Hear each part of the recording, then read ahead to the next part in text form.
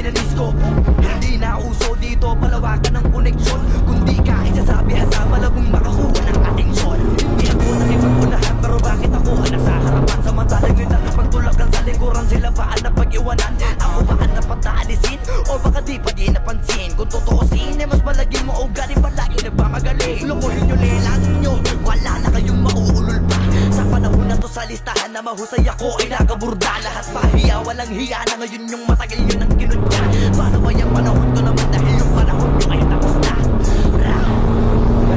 Ang mundong tulog sa ingrid, puro linta ko magsisipsip. Kapag may bago na ko ang timano, tingin na agad